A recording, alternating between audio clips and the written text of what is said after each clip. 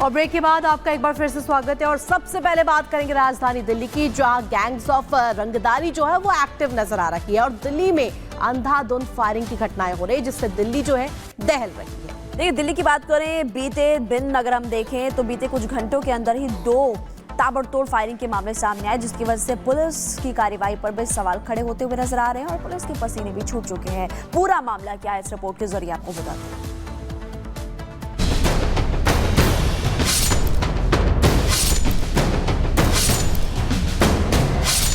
ये देश की राजधानी दिल्ली की 2 तस्वीरें हैं। एक में बेखौफ बदमाश फायरिंग की घटना को अंजाम देने के बाद मौके से फरार होते दिख रहे हैं, तो दूसरी तस्वीर में फायरिंग के बाद उस दहशत को देखा जा सकता है जो वहां मौजूद लोगों और दुकानदारों के चेहरे पर पसरी है।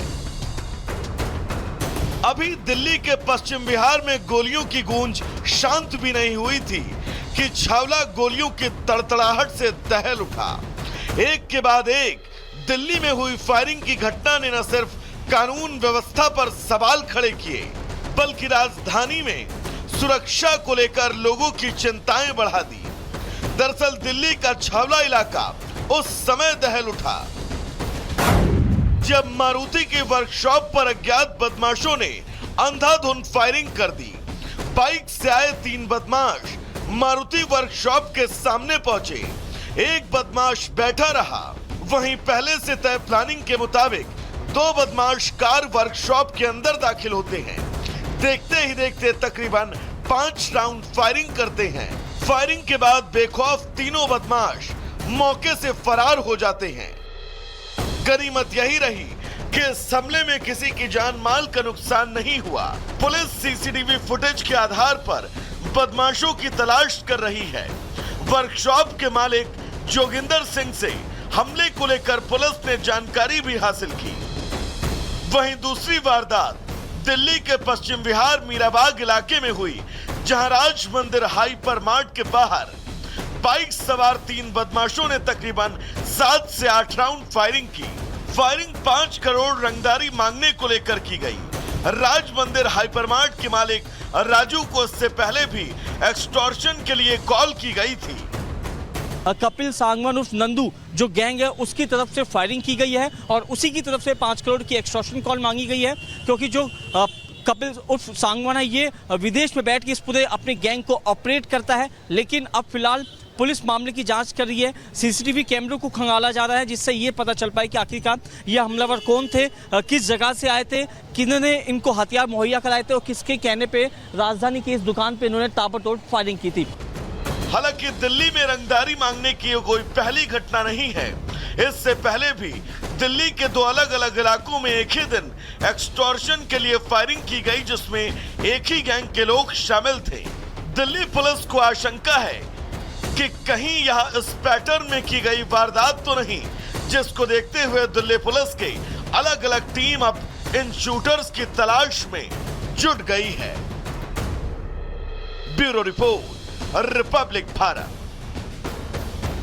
दिल्ली के छावला इलाके में फायरिंग हुई, लेकिन इससे पहले आपको बताते हैं कब फायरिंग के मामले सामने आ चुके हैं। और यहाँ पर आप देखिए 24 अगस्त की बात करें, ज्वेलरी शोरूम पर फायरिंग की गई थी। इस दौरान कुछ फुटेजेस भी सामने आए थे, वो भी रिपब्लिक भारत ने आपको तस्वीरें दिखाई थी। और आगे आपको बताते हैं कि और कब 24 अगस्त की बात करें तो देखिए मिठाई शॉप पर भी हमला किया गया था। उस दौरान भी कई बदमाश आए थे, मिठाई शॉप पर कैसे ताबड़तोड़ फायरिंग करते हुए नजर आए थे, वो भी हमने आपको बताया था।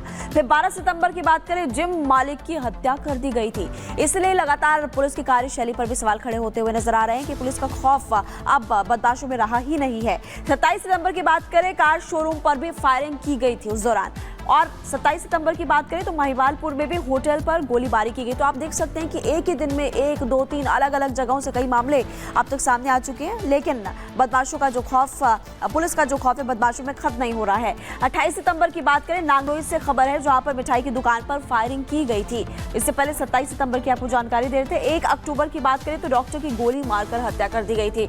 लगातार दिल्ली से ऐसे कई मामले सामने आ रहे हैं और लोग ये सवाल पूछ रहे हैं कि आखिर दिन में निकलना भी मुश्किल होता हुआ नजर आ रहा है। 19 अक्टूबर की बात करें तो वेलकम इलाके की बात करें, वहां पर भी गोलीबारी की तस्वीर देखने को मिली थी। 31 अक्टूबर का अगली खबर आपको बता रहे, शादरा की बात करें, वहां चाचा भतीजे की हत्या कर दी गई थी। इसकी जांच तो अभी भी पुलिस फिलहाल कर रही है। 6 नवंबर की बात करें, पश्चिम बिहार में दुकान पर फायरिंग की गई। तो दिन में चोर आते हैं, लुटेरे आते हैं, बदमाश आते हैं और फायरिंग कर देते हैं। कई लोगों की जान भी जा चुकी है। 6 नवंबर की बात करें तो छावरा इलाके में फायरिंग हुई। ये ताजा मामला आपको बता रहे हैं और अभी पुलिस इस पूरे मामले की जांच पड़ताल करते हुए नजर आ रही है। खबरों में आगे बढ़ते हैं, नहीं तो आगे आपको अगली बड़ी खबर बताएंगे। और वही दिल्ली के गांधीनगर बाजार की बात करते हैं, जहां जमकर लात घूंसे चल गए। विवाद इतना बढ़ गया एक छोटी सी बात को लेकर के कि दोनों एक दूसरे पर हमलावर हो गए।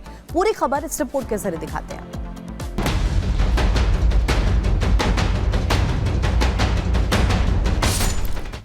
सड़क पर दनादन मारपीट, सड़क पर थप्पड़ों की बौछार।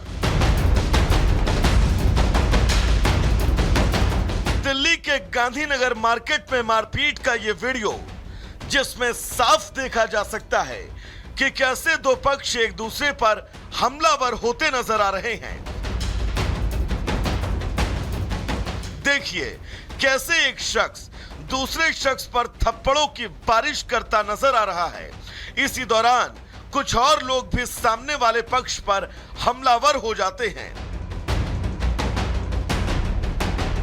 तकरीबन 90 सेकंड तक दोनों पक्ष आपस में एक दूसरे पर हमलावर होते रहे।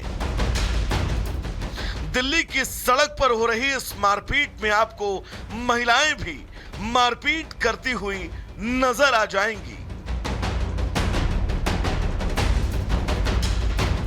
दरअसल सीसीटीवी में कैद ये वीडियो, जिसमें मारपीट का कारण एक बहुत छोटी वजह बनी। आपको बता दें कि बाजार में स्थित 2 दुकानें मन्नत गारमेंट और रजवाड़ा गारमेंट के बीच सेल्समैन को काम पर रखने को लेकर यह विवाद शुरू हुआ और यह विवाद कुछ इस कदर बढ़ा कि दोनों दुकानदारों के बीच हाथापाई शुरू हो गई।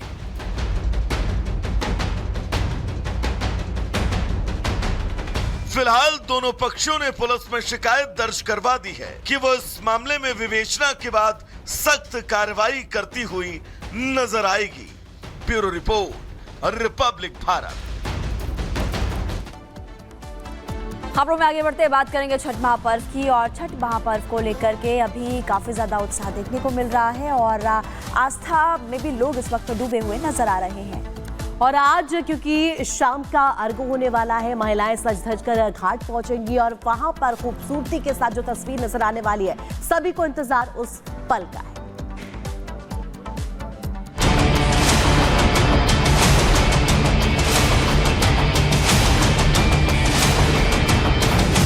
छठ पूजा की जोरदार तैयारी, घाट तैयार, अब अर्घ की बारी। आस्था का महापर्व छठ का तीसरा और सबसे महत्वपूर्ण दिन आज है, जहां डूबते सूर्य को सायंकालीन अर्घ दिया जाएगा और इसकी तैयारियां जोरों पर हैं। दरअसल छठ पर्व की शुरुआत कार्तिक माह के शुक्ल पक्ष की चतुर्थी के दिन नहाय खाई से होती है। पंचमी को खरना, षष्ठी को डूबते सूर्य को अर्घ और उगते सूर्य को सप्तमी को अर्घ देकर व्रत को समाप्त किया जाता है।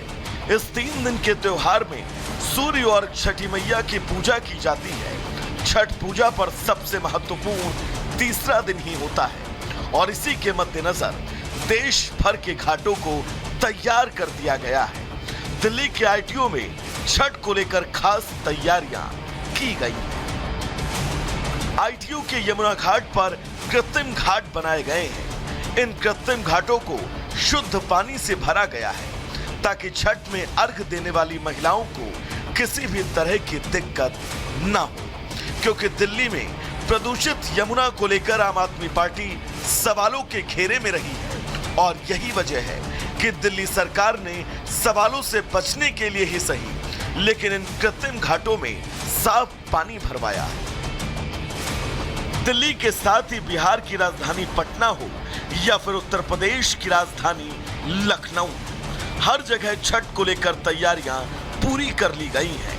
लखनऊ में छठ घाट रोशनी से जगमगा रहे हैं, तो वहीं स्वच्छ पानी को लेकर भी सरकार ने प्रतिबद्धता के साथ काम किया है। खुद सूबे के मुखिया योगी आदित्यनाथ आज शाम छठ घाट पर मौजूद रहेंगे और छठ पूजा में शामिल होंगे। और ऐसा पहली बार नहीं है, योगी आदित्यनाथ हर साल छठ पर पूजा में सम्मिलित होने के लिए घाट पर मौजूद रहते हैं।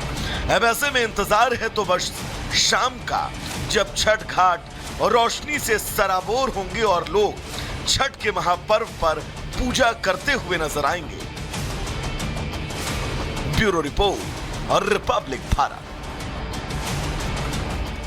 तो देखिए, छठ घाट जो है वो सज धज कर तैयार है। अब बस इंतजार उस मनमोहक छठा का है।